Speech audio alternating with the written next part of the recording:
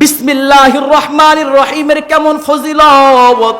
এ বন্ধু, আপনারা জানেন বিশ্বরে হাফি রহমাতুল্লাহি আলাই, তেনার নাম, তিনি বড় জামানার বড় ওলি ছিলেন, কিন্তু তার জামানার ওলি হওয়ার পিছনে একটা ঘটনা, আল্লাহর হাবিবের মেহমান হাসান বসরি রহমাতুল্লাহি আলাইহির জামানার ঘটনা।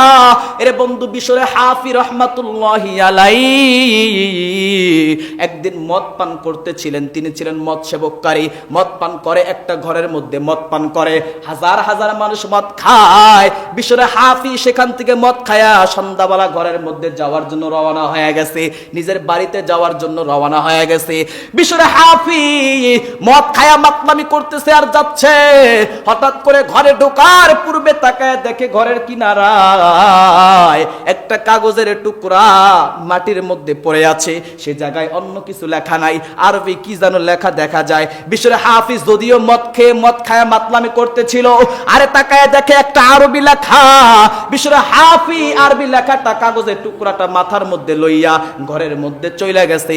ঘরের মধ্যে যায় স্ত্রীর ডাক দেখে, স্ত্রী আমার, দেখ না এই কাগজের মধ্যে কি লেখা। স্ত্রী ডাক দিয়ে কই, স্বামী গো, তুমি যে কাগজের টুকরা নিয়ে আসছো, এর ভিতরে আল্লাহ তাআলার কোরআনের প্রথম অক্ষর বিসমিল্লাহির রহমানির রহিম লেখা। আল্লাহর পয়গম্বরের সাহাবী, আল্লাহর পয়গম্বরের মেহমান। এর বন্ধু, বিশ্বরে হাফির দিলের মধ্যে মায়া লাগা গেছে। বিশ্বরে হাফি রহমাতুল্লাহি আলাইহি মদের আড্ডাখানায় থেকে ঘরে যখন ফিরেছে, এই কাগজের টুকরাটা নিয়া বড় মোহাব্বত কইরা মুখের মধ্যে লাগাইছে।